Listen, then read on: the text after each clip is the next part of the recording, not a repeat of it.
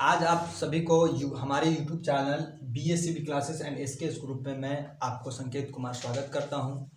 पिछले वीडियो में मैंने श्रम विभाजन और जाति प्रथा के इंट्रोडक्शन यानी डॉक्टर भीमराव अंबेडकर के जीवनी के बारे में आपको बताया था।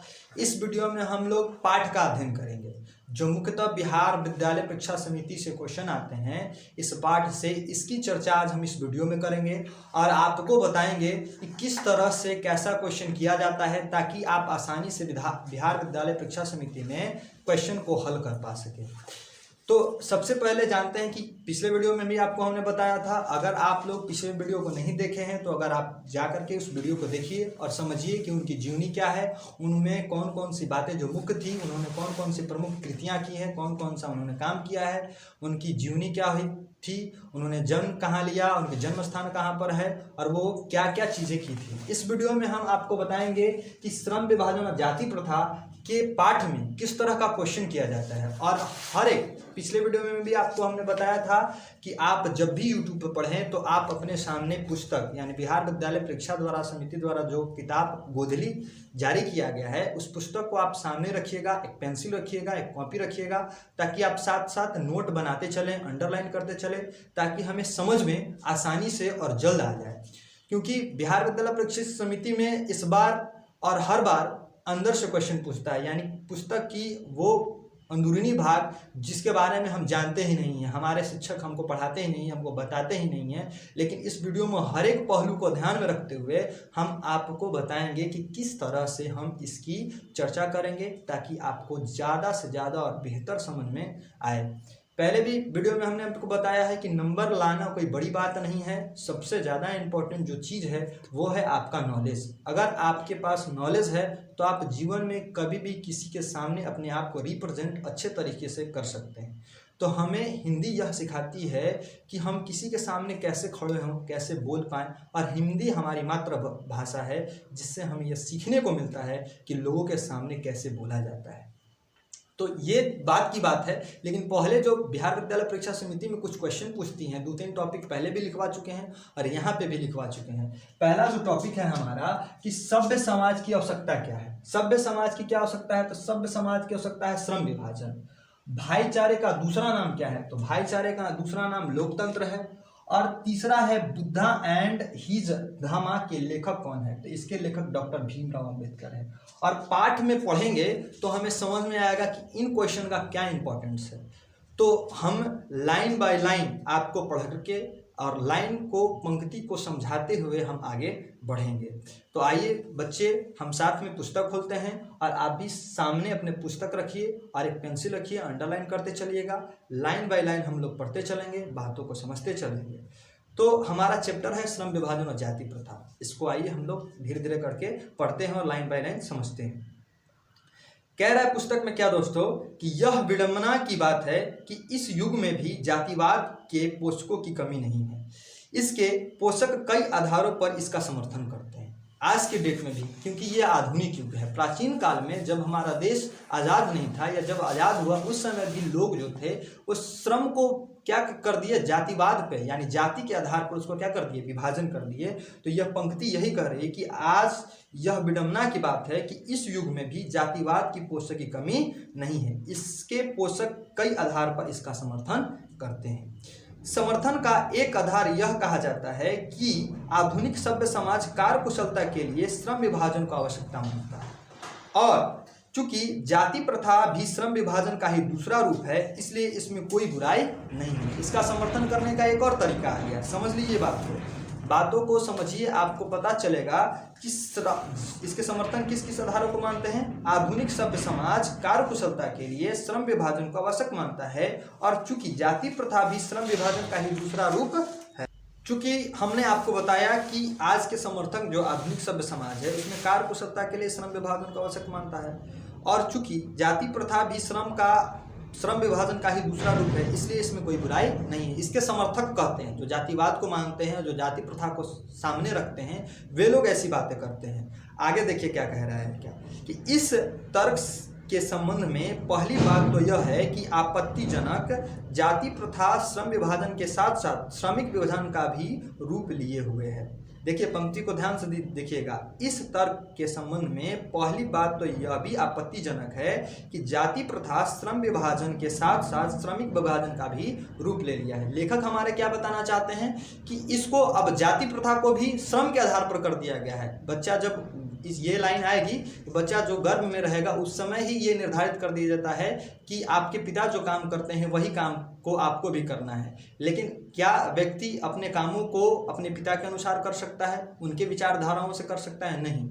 हर व्यक्ति का अपना अपना विचार होता है, अपनी अपनी बुद्धि होती है, अपने अपने कार्य कुशलता करने का उसको हक है। इस चलते इस चीज़ को हम लोग को बिल्कुल भी मानने की जरूरत नहीं है कि जाति प्रथा ही श्रम विभाजन का रूप है। लेकिन ये लाइन जो है वो बिहार विद्यालय परीक्षा समिति में कही जाती है, इस चीज़ को ध्यान में रखना है। आइए अगला है लाइन, कह रहा है क्या कि श्रम विभाजन निश्चय ही सभ्य समाज की आवश्यकता है, परंतु किसी भी सभ्य समाज में श्रम विभाजन की व्यवस्था श्रमिकों के विभिन्न वर्गों को अस्वाभाविक विभाजन नहीं करती है।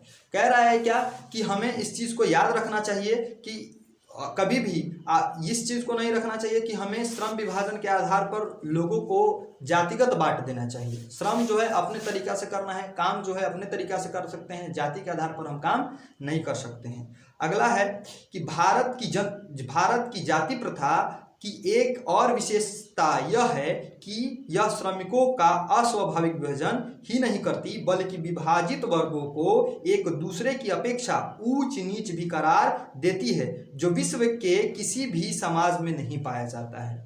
देख लीजिए, इस लाइन को अंडरलाइन कर लीजिएगा। लेखक हमें बताना चाहते हैं कि भारत की जाति प्रथा का एक और विशेषता है कि यह जो है वो श्रमिकों को अस्वाभाविक विभाजन नहीं करती है, यानी अपने मन के आधार पर विभाजित नहीं करती है, बल्कि विभाजित वर्गों में से, यानी जो बांट गए हैं वर्ग जाति के आधार पर, जो श्रम के आधार पर बंट गए हैं, उनमें भी ऊंच नीच का भेदभाव करवाती है। ये सबसे बड़ी हमारे देश के लिए विडंबना की बात है कि हम लोग अपने आप में ही, हम लोग इंसान है और मानव है, इसमें भी हम लोग ऊंच नीच जातिगत भेदभाव को लेकर के चलते हैं, जो विश्व के किसी भी समाज में इस चीज को नहीं पाया जाता है।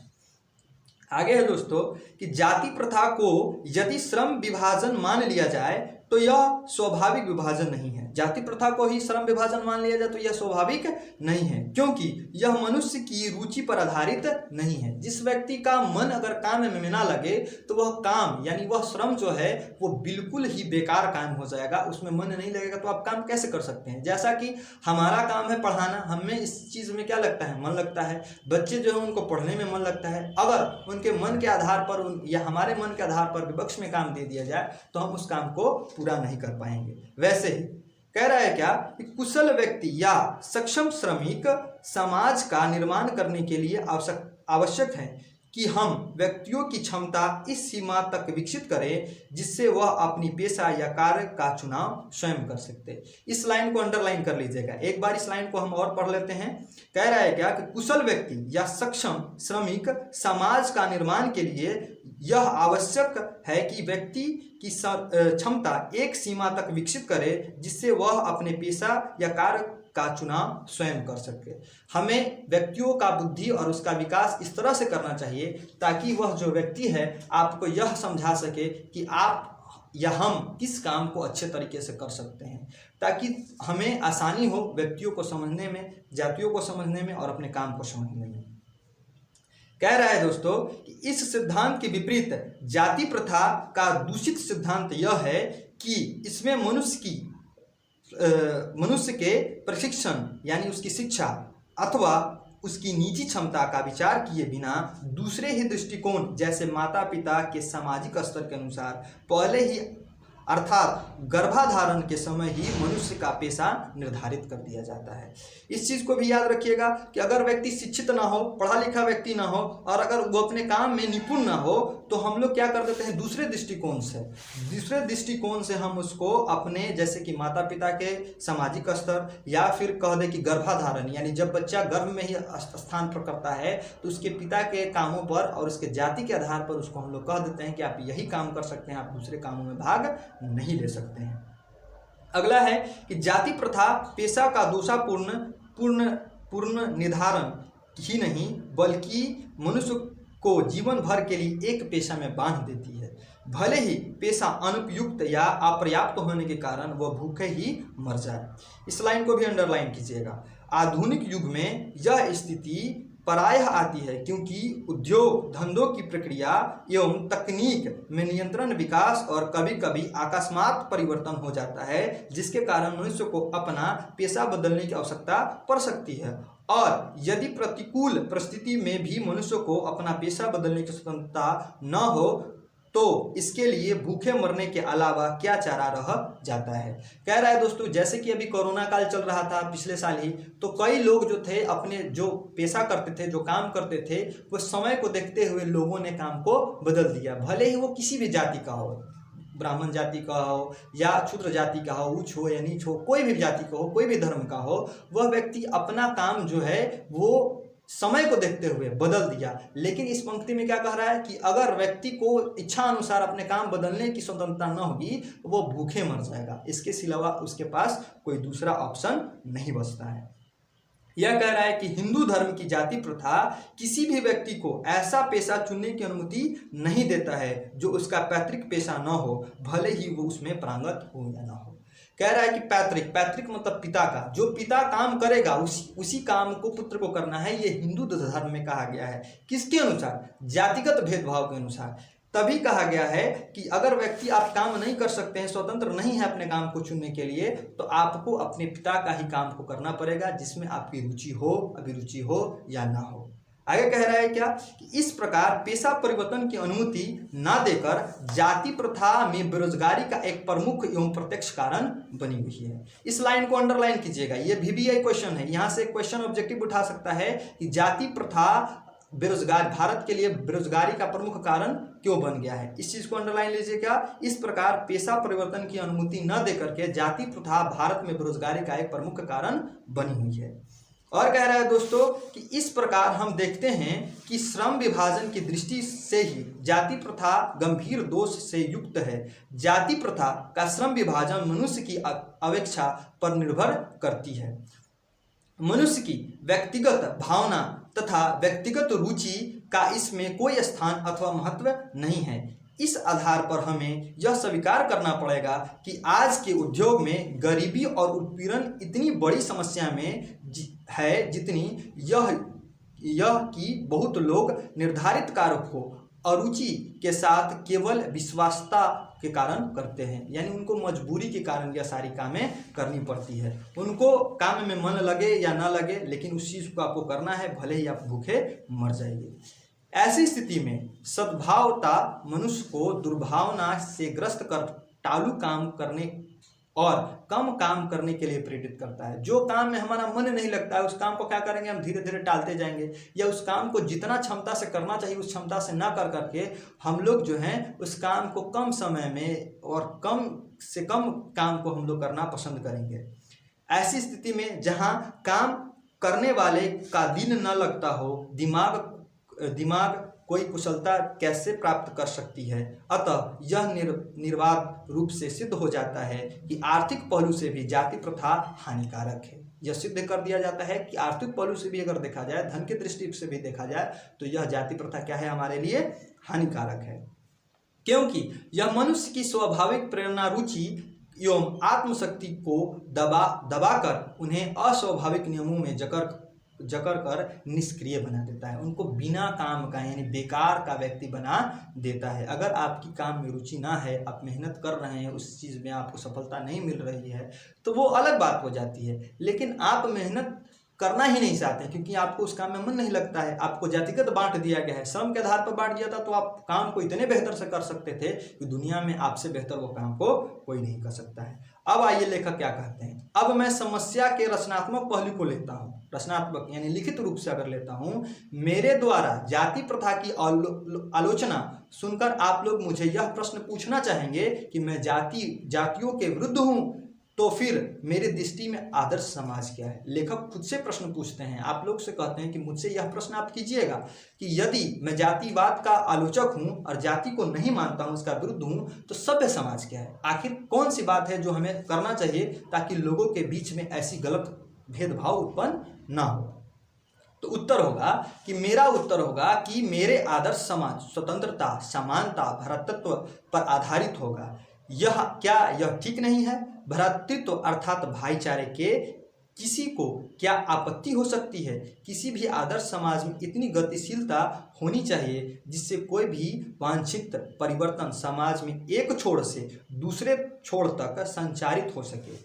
ऐसे समाज के बहुविधि हितों में सबका भाग होना चाहिए, सबको उनकी रक्षा के प्रति सजग होना चाहिए। सामाजिक जीवन में अबाध संपर्क के अनेक साधन एवं अवसर उपलब्ध रहने चाहिए। तात्पर्य यह है कि दूध पानी के मिश्रण की तरह भाईचारे का वास्तविक रूप और इसका दूसरा नाम लोकतंत्र है। यह क्वेश्चन आपको हमने यहाँ पर लिखवाया है कि भाईचारे का दूसरा नाम क्या है, तो भाईचारे का दूसरा नाम लोकतंत्र है। यहाँ से भी एक क्वेश्चन पूछ सकता है कि लेखक के दृष्टि में भाईचारे की दृष्टि वास्तविक रूप कैसा है, तो यहाँ पर आंसर हो जाएगा कि दूध और पानी की तरह। इस लाइन को अंडरलाइन कर लीजिएगा कि तात्पर्य यह है कि दूध पानी के मिश्रण की तरह भाईचारे का वास्तविक रूप है और इसी दूसरा नाम लोकतंत्र है। अगला लाइन है, क्योंकि लोकतंत्र केवल शासन की एक पद्धति ही नहीं, लोकतंत्र मूलतः सामूहिक जीवनचर्या की एक रीति तथा समाज के सम्मिलित अनुभवों के आदान प्रदान का नाम है। इसमें यह आवश्यक है कि अपने साथियों के प्रति श्रद्धा एवं सम्मान का भाव।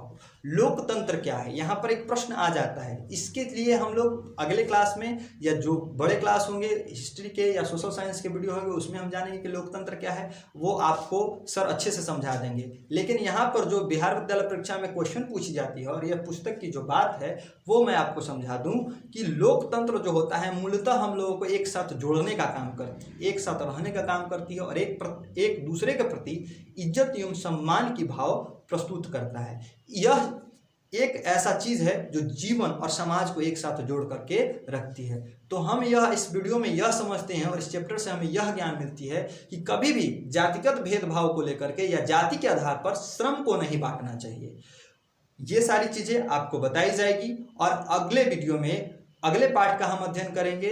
और जो भी आपको क्वेश्चन ऑब्जेक्टिव और सब्जेक्टिव होंगे, हमारे कोचिंग का एक ऐप है जिसका नाम आर्यभट्ट कोचिंग सेंटर ऐप है। ये लिंक मैं आपको डिस्क्रिप्शन में दे दिया जाएगा। प्ले स्टोर पे जाइए और इसको डाउनलोड कीजिए, वहाँ पर ऑब्जेक्टिव और सब्जेक्टिव क्वेश्चन आपको मिल जाएंगे। आप लोग अच्छे से कर लीजिएगा, कॉपी पे नोट कर लीजिएगा। और यदि यह वीडियो आपको अच्छा लगे तो इसको सब्सक्राइब कीजिए, अपने दोस्तों के बीच इसको शेयर कीजिए, लाइक कीजिए और कमेंट बॉक्स में हमें बताइए कि हमारा वीडियो कैसा था। अगर इसमें कोई सुधार करने वाली बात रहेगी तो हम आपकी बातों को जरूर अमल करेंगे और इसको सुधार करेंगे। और BSCB SKS ग्रुप की ओर से आज के लिए इतना ही। धन्यवाद।